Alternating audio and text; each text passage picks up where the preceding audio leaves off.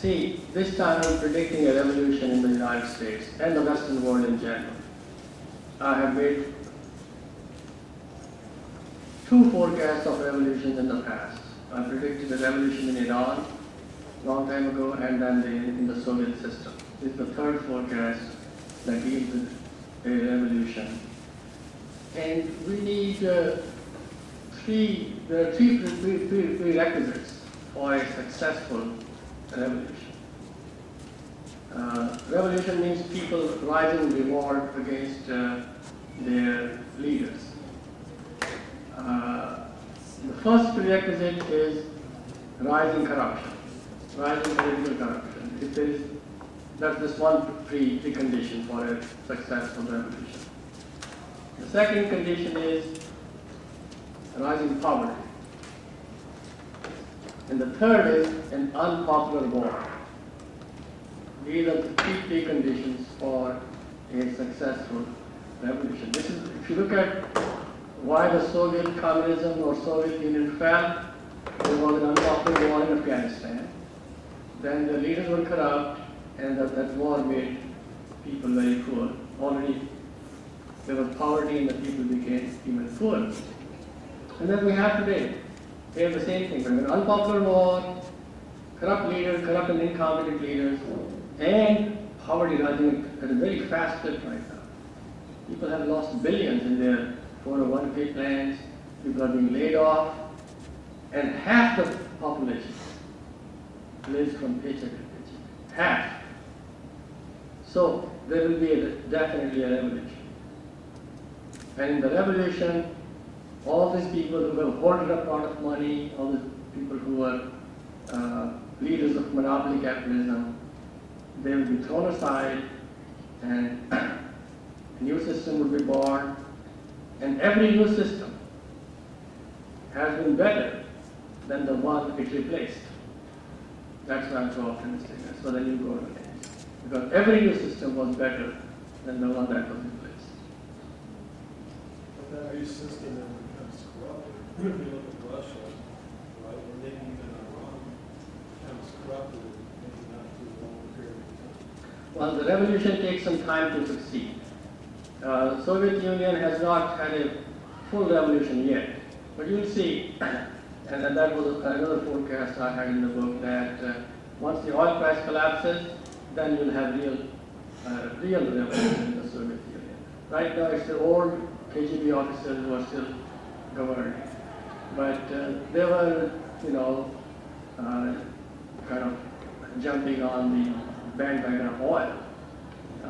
But this is going to collapse after this decade, and then they will have the real, and then corruption will disappear. Now, the revolution in Iran was not a long-lasting revolution, but it's going to also, next year, they're going to face big problems. So,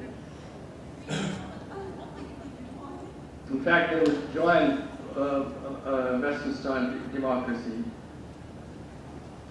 They'll come back to that in a few years, maybe in a couple of decades. Yes. Things will be ultimately better, but immediately bad. Where do you put your Where do you put your 401ks? The toughest question. If you had asked me this question 6 months ago, that would have been a very easy answer. Now people have already lost all the money. So it's even tougher to answer now. 6 months ago, I would have said to you, get out of the stock market. But now you've already lost so much.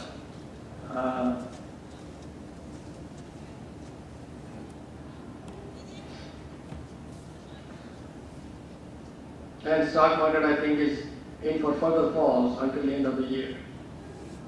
So it's very hard for me to tell people to get out of it now. But I still think it has some more to go. Because the real rise in unemployment has not come yet. That's going to follow soon. In fact, soon after the election, we are going to have the really, perhaps the worst time. Not the worst time, but the worst moment for our economy. Because once George Bush knows that the election is over, he's going to become indifferent to whatever follows. And that's his character. That's the way he is. And so, when the world finds that nobody's in charge, then I think the economy and the markets will suffer a lot more. So before Obama comes in or anybody else, McCain comes in, we would have seen real fall in the markets. It will be very tough for the new guy. So if you have to make changes, I would say just put your money right now in CDs.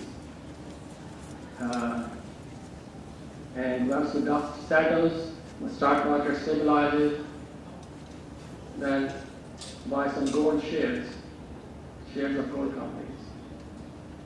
But CDs though, I mean, I guess you're just going to safety there because you're probably still losing money in real terms. So. Well, the advantage of CD is that the interest rates will rise as inflation goes up. So if you have a short-term CD, or even if you have a long-term CD, in fact, I personally would go with a 5-year CD now, at least you get 4%. Or there are some 7-month CDs which are offering 3%. So go with 7-month CD, offering 3%. Then as inflation heats up, CD rates will go up. So, but if you have gone into stocks or other bonds, etc., then you are committed for the long term. So that's why I think CDs are okay. And gold will stabilize after this year also.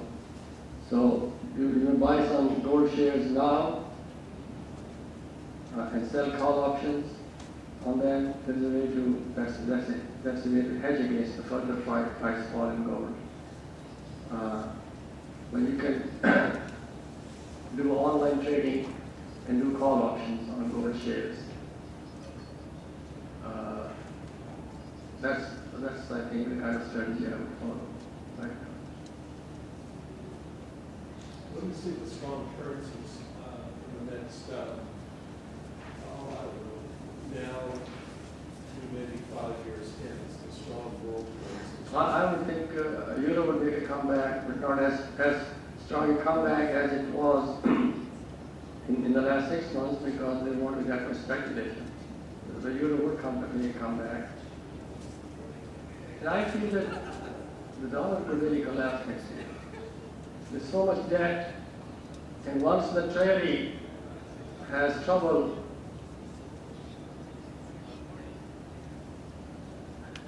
in selling its bonds to the world, the interest rates could really rise sharply and the dollar could fall there.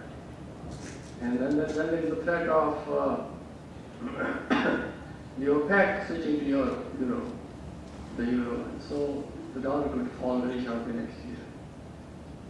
And if the dollar falls, gold will skyrocket and the euro will rise somewhat. Not that much, but euro will rise. Because Europe certainly has its problems. Yeah, right, exactly. That's why I'm saying that most likely people will turn increasingly to gold. And somewhat to euro. And the Chinese currency becomes free to be acquired. It's stronger. Well, Chinese currency will certainly rise. So you want.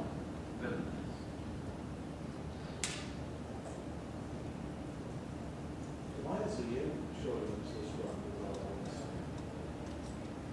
All the speculation. What people are doing in Japan, the interest rate is 0.5%, 1%.